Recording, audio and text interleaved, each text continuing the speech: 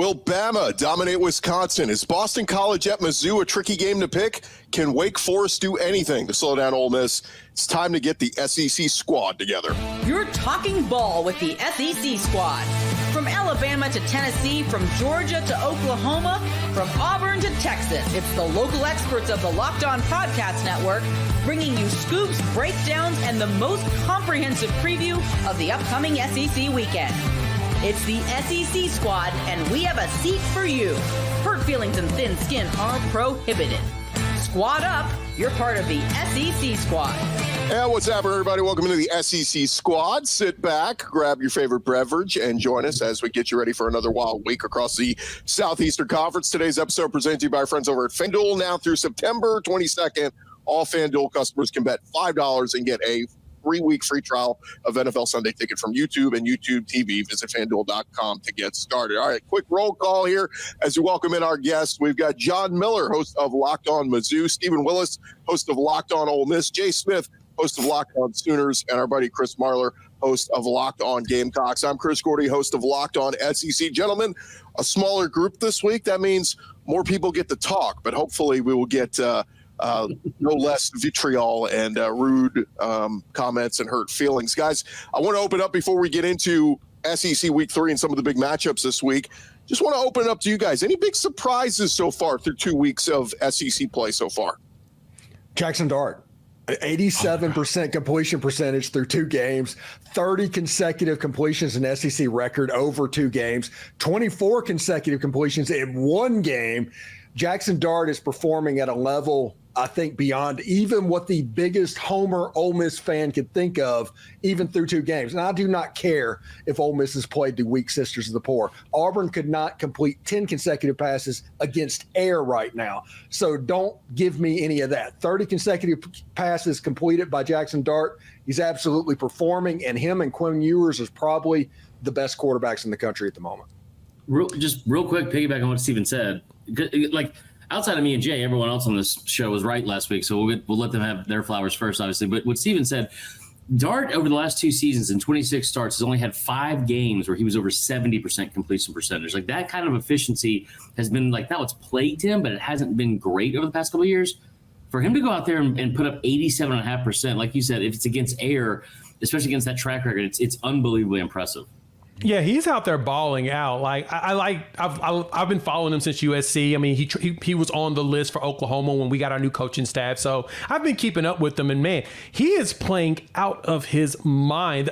Regardless of who you play, doing that percentage is still really hard. Like, it's a challenge to just do that because you still got to have the perfect type of chemistry and timing when it comes to your wide receivers, and they also got to catch the ball. Yeah, look, shout out to him for actually executing on that.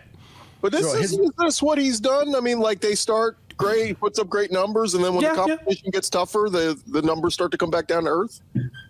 No. That's what anybody. This is different because, as Chris said, he's only had 5 games in his entire career of over 70% completion. He's always been a fairly low completion percentage passer over his first 2 years at Ole Miss. Yeah. This year is just completely different. Something has happened, and honestly, he reminds me a lot of 2019 Joe Burrow in the way that football is everything to this guy for this season. And he is living and breathing. And if he talked about and said football was the most important thing in his life for the next 4 months, you would believe it. And in that way, him and Burrow have that in common. That is 2019 Joe Burrow. That is quite a statement. I'll just say preseason, I was a big fan. Yeah, I was a big fan. Yeah, that was quite a leap, but we'll see what happens. A really impressive start by Dart, without a doubt. I know. I'm just busting your chops, but my big surprise from the Missouri perspective, just to shift just for a second. Everybody was talking about the Missouri offense in the offseason. Well, the Missouri defense may well be an elite unit. I know they've played the Little Sisters of the Poor as well. 2-0 start, but two shutouts. That hasn't happened in FBS football since 2019. Yeah, it's a great stat, but it really is like, how good we don't know how good you are. We thought Auburn was awesome week 1, and then they played a Cal. They look like crap. So no offense to Missouri's going to get a real test this week. We'll see Ole Miss on the road at Wake Forest, but I'm call me skeptical on Mizzou not allowing a point yet and Jackson Dart looking like the next coming of Joe Burrow. I think you gotta see them do that against the next level competitions, as you mentioned, Chris. With any quarterback, right? All the highs are great whenever you're playing against, the quote unquote preseason games. But then as you get more and more in there, and there's more tape on you, teams are going to start scheming and preparing. And so the question is going to be, when that adversity really comes out, how do they perform? Now, granted, I don't think that either one of them is going to see a massive drop off. I do still see the consistency that's going to happen from them both this coming season, right? With Missouri as well as Ole Miss, because they're playing at a level that, if they did come down, would still be even higher than what most people probably expected anyway. Yeah, and also, Chris, we need to check the efficiency as this goes, because with the helmet technology and had Lane Kiffin's ability to talk into the year and Ole Miss snaps the ball before 15 seconds nearly every play, I think that has a lot to do with this too. There's some truth there on how quickly they're snapping the ball for sure with the new rules. That is an advantage. Do you guys know the three best offenses in the SEC right now? South Carolina, Kentucky. Kentucky's offense is the best defense. I'll tell you that. They are. I'll say Ole Miss, Texas, and Alabama. I'll give you Kentucky is dead last in yards per game, so they're dead last. But Ole Miss, number one, over 700 yards of offense. Arkansas and Bobby Petrino, number two. And then Tennessee, number three, with Josh Heupel. I think there's something to the coach being in the headset of the quarterbacks. And, I mean, no surprise at those top three. I think the other thing that surprised me, too, just kind of going around the rest of the SEC, like I know Arkansas is 1-1, so it's not like a super sexy thing to talk about. But I tell you what, man, they are just a comedy of errors and self-sabotage. Like I jokingly said on Twitter before my account got suspended again, Gordy, that this is an Antonio Brown level of self-sabotage that we saw from Arkansas this weekend. It was unbelievable what they did to themselves. But I tell you what, that offense is going to travel. And as long as they can figure out ways to not have that many mistakes, they're going to be dangerous with a lot of teams. The other one I think is listen, South Carolina's offense is very, very tough to watch at times. It is very there was a time going into, I think, after the first touchdown drive against Kentucky, they ran up a stat that they had 27 plays for 52 total yards. So you're talking about for, basically 2 quarters of football, you had less than 2 yards per play. Really, really bad. Now, I, of course, tweeted that out. And then on the next play, there's a 32-yard gain on third down. The main takeaway here, though, is the defense outscored Kentucky by itself. And that pass rush for South Carolina, I fully expected this to be a top 5 defense in the SEC. They'd be capable of doing that. The pass rush, I did not see coming, because they had, I think, at one point, Kentucky had to run the ball 18 straight plays, and they asked Stoops about it at the end of the game. They asked him why, and he said, we couldn't drop back and throw the ball. We had no time to drop back and throw the ball. I guess this is the nice indictment of Brock Vandagriff when you really think about it, right? I see why Georgia never actually put him on the field as a starter multiple games, because, he looked pretty bad. But I love the point on the headset technology, because to John's point, they're hiking the ball pretty fast. And it makes me think about that Super Bowl where the Rams and Patriots played. It was 13-3. It's one of the worst, best defensive battles we'd ever seen in Super Bowl history or whatnot. Now, I'm kidding, but in that game, the Patriots defenders talked about how they were able to beat Sean McVay and Jared Goff. And what it was is they figured out who the actual quarterback was. It was Sean McVay. He was basically reading the defense, telling Jared Goff where to go. And so once that 15 seconds hit and the headset was turned off, the Patriots changed their entire defense. So then Jared Goff had to figure out what's going on. He's like, I don't know what to do. And I'm wondering if that's why a lot of these teams are hiking the ball so fast, in fear that these defenses will change right when the 15-second mark hit, because then they're going to force the quarterbacks to truly have to read defenses. It's something to really keep an eye out on.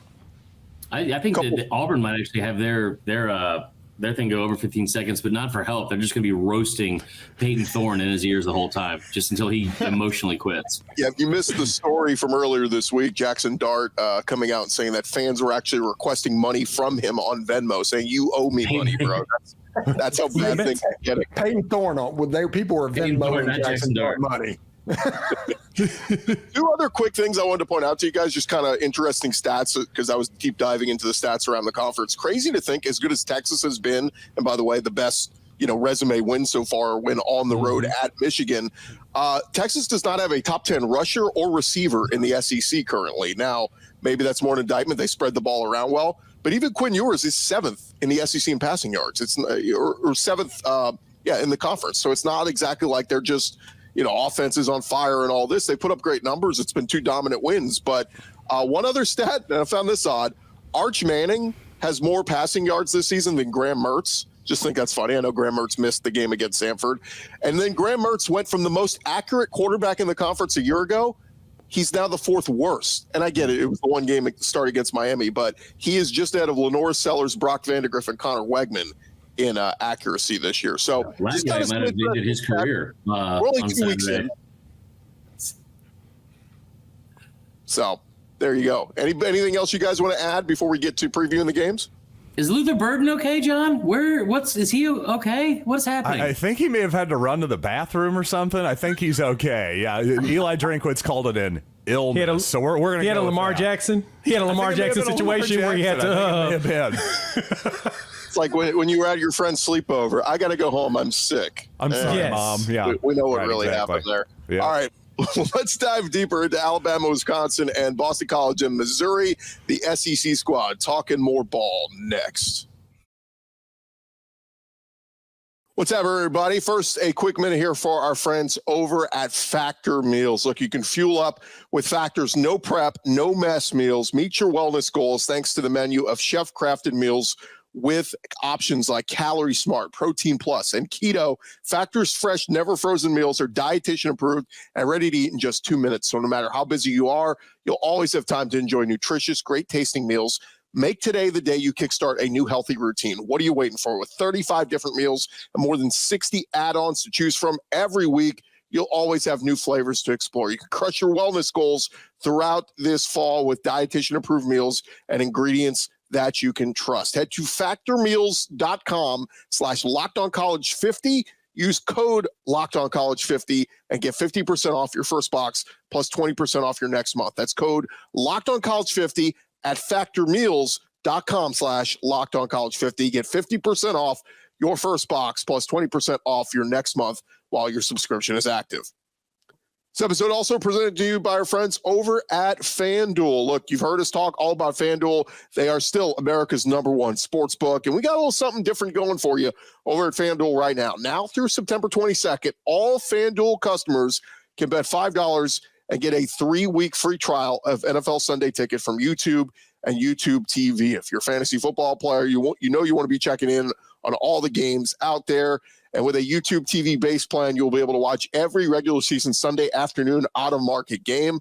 All you need is a Google account and a current form of payment, and you can cancel anytime. Just visit FanDuel.com, download America's #1 sports book, and, of course, get in all the action. They got all the SEC games happening this weekend. They got updated Heisman odds. Quinn Ewers now the favorite at plus 450 over there at FanDuel to win the Heisman. If you like Jackson Dart, you can get him at plus 950, a little bit longer odds. It's all there at FanDuel. Again, go check them out. They are FanDuel.com and download America's #1 sportsbook. All right, roll along here. The SEC squad continues. And, guys, we got some big matchups to get into this week. And I want to start with the early one. It is Alabama, 11 a.m. Central, 12 Eastern on Fox. The Crimson Tide, 2-0 undefeated, #4 in the country, going on the road at Wisconsin. And, back years ago, this would have been a monster matchup. I know Wisconsin's trying to get back to where they used to be under Luke Fickell, but Bama's sitting at about a 15.5 point favorite over at FanDuel. Thoughts on this, guys? Alabama looked very average for 3 quarters last week against South Florida and finally turned it on late. Is Ron Dane the starting running back at Wisconsin? Is he back? Oh, wait, no, he's not. So I don't think that Wisconsin's going to be able to do much against this Alabama team. Look, South Florida has had Alabama's number for a bit. Alex Golesh is their head coach, the former OC from Tennessee. So he's been ready to try to get revenge for South Florida in that game. And so going against Luke Fickell, I say this. As long as Luke Fickell doesn't go up against Bama the same way he did when he was at Cincinnati and try to run that 3-3-5 defense and force them to run the ball, they should be able to keep it competitive. But I don't think that Wisconsin's there yet. They still got questions at quarterback. Who's their quarterback? Van Dyke. We synced what he looked like. We've synced his movies. And since we've seen his movies, we know exactly how they're going to end. I think Bama should be able to cover this spread, no problem. Yeah, Wisconsin's offensive coordinator is Phil Longo, who was famously at Ole Miss with A.J. Brown and DK Metcalf and those guys. UNC too, with all those guys. Yeah, UNC, yeah. And you have him that has the background of losing like 66-3 against Alabama every time they played. I do not have high hopes that he is going to do much better because he's going to basically have a trigger warning when he sees the side of that helmet. But Wisconsin, if they had a little bit more, I don't understand why that coach at Wisconsin hired Phil Longo and changed the entire identity of what Wisconsin football was. That makes no sense to me. And because of that, you're dealing with a little bit of a system change. Now, Alabama, they need to run the football. They do not need to drop back and try and turn Jalen Milroe into Tua Tagovailoa. They fall into that trap a little bit. If they run the ball with those backs, with that quarterback, they're probably going to win this game 2-3 touchdowns. The offense has been clunky for you thought this was going to be a marriage made in heaven with DeBoer and Nick Sheridan with Jalen Milroe. And I read a quote this week. They're like, oh, we're still all trying to get on the same page. And it's like, you had all offseason. What's going on there? And then the running stats are skewed because it's like for 3 quarters, USF shut down Bama. And then there goes Jam Miller. And there goes Justice Haynes. And you look back and they ran for 300 yards. It's like, yeah, but that was not the story of the game for 3 quarters. Like the game's last 60 minutes there, Gordy. I will say there were 5 drives at one point from the second and third quarter, and Bama had a total of negative 23 yards. That offensive line that you have heard me talk about, Gordy, all last year and this year, deep dive after deep dive, worst offensive line in program history, gave up more sacks last season than Washington, Oregon, Georgia, and Michigan combined. They gave up 11 more sacks just last year than Georgia had given up in the last 3 years combined. They had 2 injuries up there, and Caden Proctor obviously still not 100%. You should still be able to run the football against South Florida. And I tell you what, the other scary part of it is the whole recipe for success for South Florida was they just brought 5-6 people every single time. And Bama could not figure out a way to get Jalen Milroe away from the pressure. And he's going to catch a lot of flack for whatever reason in general. But like they had at one point, halfway through the third quarter, on 43% of his dropbacks, he faced pressure. And that should not happen with an Alabama offensive line, regardless of what the combination is. Guys, I want to pivot to one of the other big games this weekend. It is Boston College at Missouri. And John, a weird game. Like on paper, these next 2 games for Mizzou before the season, we just said, easy dubs. But now Boston College and Vandy, you start to go, these are actually 2 decent teams. Bill O'Brien maybe got a little bit too much credit for the win over Florida State week 1. It was good, but I think we'll find Florida State's probably not very good, but still a much more competitive matchup, I think, is what we're expecting here. Yeah, I think that's totally a fair point with Vanderbilt and Boston College. Like you say, I think both of those teams so far have looked like they're fundamentally sound clubs who can run the football, aren't going to beat themselves a whole lot. So that is kind of a recipe for an upset if Missouri happens to play some sloppy football. Fortunately, the Tigers have been pretty mistake-free for the most part, other than some penalties here and there.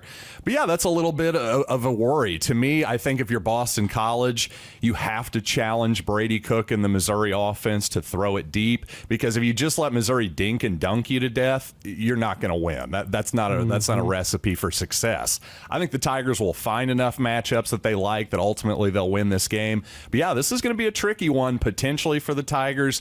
I still think ultimately they end up with a relatively comfortable victory in the fourth quarter.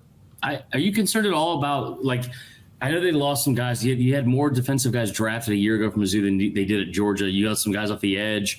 I think they lost somebody preseason too for the year off the edge. So it's like with what Castellanos can bring to the table for Boston College, he is like their whole offense, like that, like, and what he can do extending the play. That's the only thing I feel like I would be concerned about for Mizzou, because I tell you what, you watch a defense that gets somebody in 3rd and 8, 3rd and 7 or longer, and then you see these 9, 10, 11-yard gains after a while. It's like they could be backbreaking after a while. I think that's the only route for victory for Boston College, though. Yeah, I think that's a great point about the Missouri defense in general. I think that's why it's been a pleasant surprise that the unit, not just statistically, but I've been to the games, of course, and they've just played really sound fundamental football for the most part, and they've brought in just a whole bunch of substitutes in waves, too, especially on that defensive line. And so far, there just hasn't been any noticeable drop-off. Of course, against Boston College, you never know what could happen. The one thing with BC, I don't anticipate that they're going to be a hurry-up style style of offense or anything like that. You never know what wrinkles they could have specifically for Missouri. Yeah. But I think the Tigers will be able to keep rotating those guys in, and their superior depth that with that SEC NIL money, to be brutally honest with you, is probably going to come out in the long run for a win for Missouri. Interesting thing about Missouri, they've had great running backs the last few years. Nate Noel and Marcus Carroll. Like, they've run for over 400 yards as a team. It's not, but so far it's running back by committee. It hasn't really been like that one guy to jump out. Noel's got 23 carries. Carroll's got 18. So we'll see if one of them emerges or they just go two-headed monster all year. Yeah, that's the one thing I was wondering about what was going to go on with Missouri was what their run game is going to look like. Because it feels like with Drink and the way that team is set up, that running back is critical for the success of the team. But right now, you got preseason and you're figuring out who's going to go ahead and be that main back. Because was it Cody Trader last year? Dude was a beast. Like, dude was a monster. Like, he was so good, especially as a walk-on. Former walk-on, Jay, from a D2 school. Did you know that? From a D2. Like, it's first one who's ever brought that up. Yeah. It's in the likes of Baker Mayfield when he walked on at Oklahoma. It's just fascinating to see that he was able to go in there and say, you know what, I'm taking this job, and then actually produce. Not everybody does that. And so the question has been for me is who's going to be that running back that's going to step up for Missouri. That way that offense just starts to hum back like it did last year. Let's talk one more game this segment, gentlemen. LSU at South Carolina. And this one before the season, I think LSU fans were putting easy dub. And everyone was. Not so fast. College game day heading to Columbia, South Carolina. Sandstorm is going to be pumping. Now, it is a 12 Eastern game, so it's not going to be your guest picker, Juice Wells. What's that? The guest picker, Juice Wells. Yeah, not available. Oh, he was going to, Steven, but he faked an injury to get out of it, so he's not going to be there for it. I wouldn't doubt Steven Garcia maybe on the table to be guest celebrity. That has been not the rumor, but a lot of people have been trying to push game to do that. I doubt they will. I think Don Staley might be involved in some capacity. I get very excited, Gordon. That's very rarely are the lights shining down on Columbia, South Carolina, especially for college game day. First time in over a decade that it's been to Columbia. Huge game. And I think this is when you talk about all the stuff in the offseason, I kept bringing up like 4 games for the South Carolina team that everyone just assumed were a loss. And it was LSU, A&M, Mizzou, and then Ole Miss. And I understand the perception of the team going into the season, all that kind of stuff. But those are 4 teams that have played pretty poorly on the road over the last several seasons. LSU is a team that's 8-12 in road games since 2021. Significant drop off. I think it's 11 points less per game on the road than they have at home. So it's a noon kick. That place is going to be loud. It is going to be rocking. Those fans, if there's one thing you will always know about South Carolina is the fans are going to show up. They might not always stay for 4 quarters, but they will show up for the first 30 minutes. And I think that it's going to be a really, really fun atmosphere. Because here's the other thing too, Gordy. This is not one of these games, I think, for South Carolina where people think like, well, if they can have enough crazy things happen, they can win. This is a good matchup for South Carolina. That's a defense that's very, very good, very opportunistic on the back end. And LSU cannot run the football. They just LSU cannot run the football. Dead last in the SEC in rushing the football so far this year. So, and with that and that matchup. Gamecock pass rush, I'm really tempted to lay the points, take the 6.5, and ride with the Gamecocks. I really am. I did it against Kentucky last week. Yeah. Why not? Let's ride the hot hand. Now one other stat: LSU has not given up a sack yet this year. So the passing, offensive line pass blocking has been good. The run blocking's been terrible. So maybe that is. But Nick Emanwari with the pick 6 a week ago. I mean, maybe this feeds into South Carolina what they want to do. They lead the SEC in turnovers forced over the with I believe 70 total since the start of the 2021 season. So since Clayton White has been the defensive coordinator, they have led the entire the entire conference in turnovers.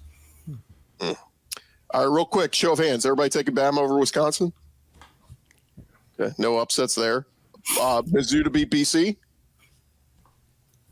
Okay, we're all to go there. And are we going to go LSU still the favorite? Where are we taking LSU as the favorite at South Carolina? Oh, the only one taking LSU. All right. Wow. Now I'm wondering about my pick. This up, laying the 6.5. Look, that line was 9.5 when it opened, and it's already down 3 points. So. Wow, I didn't even know that. Yeah. Well, now I should stay away, but yeah. Don't do that. 9.5. Yeah. Charm, dude. All right, more with the squad when we return. Will Kentucky put up a fight against Georgia? Can OU put it all together against Tulane? We'll also talk about Ole Miss traveling to Wake Forest. More here when the squad returns. Back to the squad here in just a second, but first I want to remind you guys about our friends over at LinkedIn Jobs. When you are hiring for your small business, you want to find quality professionals that are right for your role. That's why you got to check out LinkedIn Jobs. LinkedIn Jobs has the tools to help you find the right professionals for your team faster and for free. LinkedIn is not just another job board. LinkedIn helps you hire professionals you can't find anywhere else, even those who aren't actively searching for a new job but might be open to a perfect role. In a given month, over 70% of LinkedIn users don't visit other leading job sites. So if you're not looking on LinkedIn, you're looking in the wrong place. On LinkedIn, 86% of small businesses get a qualified candidate within 24 hours. Hire professionals like a professional on LinkedIn. And LinkedIn, they know that small businesses are wearing so many hats, and you might not have the time or resources to hire. They're constantly finding ways to make the process easier for you. Go post your job for free at linkedin.com/lockedoncollege. That's linkedin.com/lockedoncollege. Go post your job for free. Terms and conditions apply. One more segment here with the SEC squad. We say goodbye to our buddy Chris Marley. We're welcoming Spencer McLaughlin of Locked On College Football. And gents, we got 4 other big games in the conference we got to get to. Let's start with Georgia at Kentucky. A week ago, this seemed like this was going to be the game that was going to host College Game Day. Everyone in Lexington was going to be fired up to bring Georgia, the #1 team, to Lexington.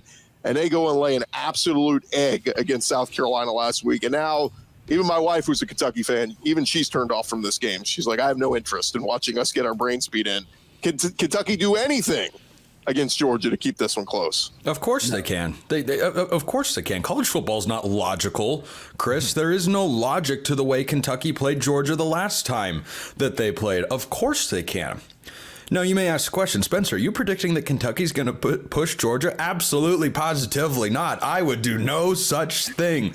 I have been on the Georgia hype train as much as anyone can be since the spring. I think they're the #1 team in the country and the national title favorites until proven otherwise. Until I see a team. And look, I think Texas was really impressive.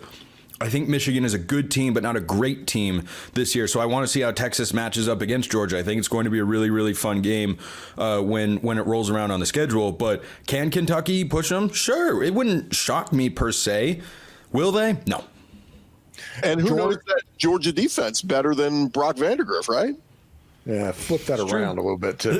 He knows Brock Vandagriff better than Georgia. And right. When you have top 100 players playing on the defensive side of the ball against an offense that is struggling mightily to do anything right now, going against Georgia is not the medicine to get right. So yeah, this is a how many points is Kentucky going to score game. And because of that, I just don't think you can put this line high enough. I like to go against the grain, but I can't do it here.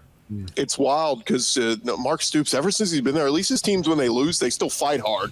Never seen them quit, and for the first time, they quit last week, and so they got a whole season to go. They got to get that ship righted. One is kind of interesting. We didn't think that Houston would give Oklahoma much trouble last week, and they did. Tulane just gave Kansas State all they could a week ago. Jay Smith, what do you make of Tulane coming into Oklahoma as the Sooners trying to find an offense? Well, Tulane's right now in Shreveport as they're avoiding a hurricane so they don't get stuck in New Orleans, because if they don't leave, they left now. If they didn't leave now, there's probably going to have to cancel the game because there was no way they were going to get out of town. But biggest problem we're seeing in Oklahoma is we've had 4 centers in the 3 starts that Jackson Arnold's had, right? The top 4 wide receivers that were supposed to coddle and make things easier for him haven't played, right? We've got 2 of them that's out for the season and one of them that hasn't played yet and one that's had limited snaps. So our biggest issue, we just lost a guard for the rest of the season. He just went out with a torn bicep.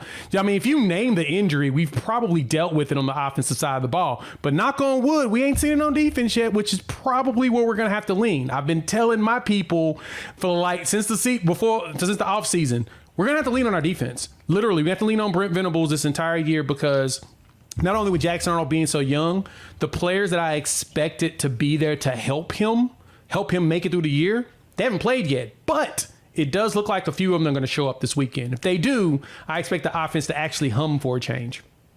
Anybody want to take Tulane to pull off the upset? Well, Tulane's quarterback is very feast or famine, and no, I do not want to take them and pull off the upset. I do think at some point he's going to get loose with the football like he did against Kansas State, because that ended up costing them the football game. He either makes big plays, he gives up big plays, and there seems to be nothing in between. It should be a lot of points, but this could be a little bit of a get-right game for Oklahoma. Yeah, Steven, you mentioned the Tulane quarterback. Darian Mensah is the name, and I think Oklahoma fans should have some healthy respect for what he's capable of. Kansas State learned that last week, and Mensah's a baller. He is a gamer, but as you mentioned, Steven, he has to cut down on the turnovers. If he does, if you tell me that Tulane turns the ball over 1 or 0 times, I think Oklahoma's in a dogfight to the very end. 2 or more turnovers, Sooners win by 14. He has a little bit of Cam Ward to him. I like that. I like that. He has Cam Ward, but not as good. Yeah, he's Cam Ward light. Cam Ward was not quite the R. Diet Cam Ward. Shout out to Tulane. They go from Willie Fritz to John Summerall, and they're still awesome. So, we'll see. Summerall's good. Anybody look up his coaching record at Troy the last few years? That's a good football coach. He's the next Kentucky head football coach. Let's head out to ACC country, Stephen, as Ole Miss will finally face somewhat of a test as they will go on the road at Wake Forest, a team that blew their game against Virginia a week ago. I only know that because my YouTube TV was giving me 4 games, and it was the 4th one in the corner. But what do you make of this one? I mean, at least somewhat of a test for Ole Miss. Honestly, I'm not expecting much of a test. Ole Miss is a 23.5-point favorite, and I think Ole Miss should probably cover. By the way, if you're looking at betting this game, the over-under is at 63.5 points, according to FanDuel. Wake Forest isn't going to score enough, and Ole Miss isn't going to score enough to get to that 63 number. So I think the under is a pretty safe bet. And with rain in the forecast, that might be a good deal.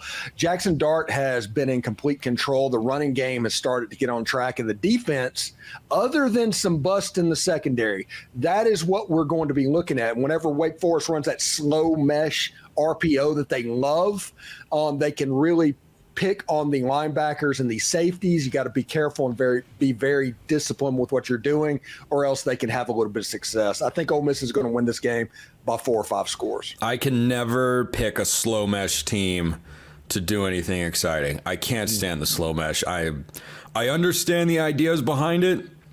It ran David Shaw out of town. I'll just leave it at that.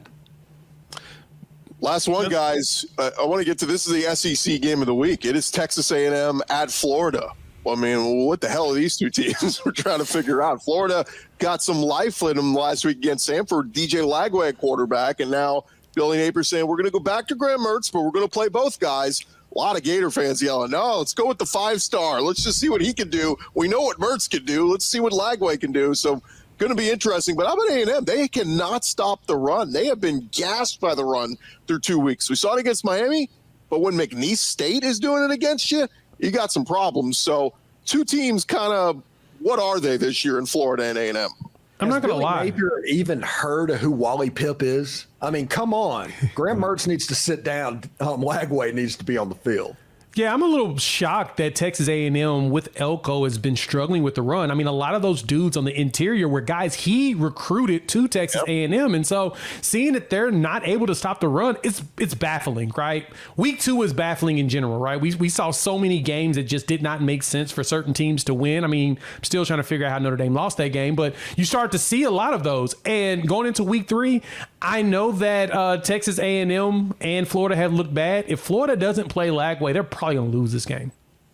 What I'm really interested in, normally in this situation, I would say, hey, the home team, 4.5 points are getting it. Let's just lean Florida. The problem is right now, I'm not sure playing in Gainesville is actually a home field advantage. I almost think the Gators would rather play on the road at this point because, again, the whole Lagway Mertz situation, we're going to play them both. I mean, you want to talk about a recipe for hearing the boo birds in the first quarter. There it is. There's the formula. Well, how about Texas A&M has not won a road game in the conference in like a couple of years, a true road game. So it's been a while. So Shamar Stewart talked about that this week, Shamar Turner rather. And I don't know, it's going to be interesting. You want another awkwardness for this game? You know, Florida does the Mr. Two-Bits. They're bringing back Emmitt Smith to do it. Only problem is his son, E.J. Smith, is the third-string running back on A&M's team. Oh, no. So talk about divided You guys interest. watch Parks and Rec Yes. fans in the chat. Tom Haverford's "Oh no no" That's an oh no. Why would you? Of all the games, I mean, okay. Oh man, that administration. Okay, I don't think they're in a very easy spot. Nobody thought that out, right? No. They saw something else going through their head. For the Gators, he wants his son to do well, but he wants the Gators to win, right? Good luck explaining that one to the wife at home. That's tough. Yeah, that's tough, man. By the way, before we get out of here, I do want to give all the respect to our Vanderbilt overlords and good luck this weekend. Yeah, man. Hey, 2-0. Let's see. Let's see if my favorite meme of the college football season can't be repeated on here, but it was after week 1 when Vanderbilt had won and a bunch of other teams had not, and it was Vanderbilt. Let's just say their logo talking smack to Florida, Texas A&M. Yeah. Steven knows what I'm talking about. I know what you're talking about. Vandy, by the way, a 10.5-point road favorite at Georgia State. So if they can keep that one going, they will hit the season. Do you know that would be the earliest over hit of the college football season? Their win total, I believe, closed at 2.5 on FanDuel. It is. Wow. It absolutely would. Real quick, raise your hands. Are we taking Aggies on the road at Florida? Raise your hands. I think I am, yeah. Okay. No, it's ill. With so much confidence and enthusiasm. But yeah, I just can't find it in myself to take Texas 8-4. I think you're right. I think there's a chance Lagway. Steven, that took me a second. Lagway. That took me a second, but that was good. Lagway looks awesome, and you're right. Wally Pipp. He gets Wally Pipp, Graham Mertz. See you later. They ride with Lagway the rest of the way. We will see. And if he leads them to victory, they absolutely will do that. Gentlemen, it's been a pleasure. Thanks so much for joining us as we do with the SEC squad each and every week. Hey, real quick, I want to remind you guys, follow and subscribe to your favorite Locked On SEC podcast. We'll be covering your favorite teams every day throughout the season. Don't forget, I've got you covered in the entire conference each and every day with Locked On SEC, part of the Locked On Podcast Network, covering your team each and every day.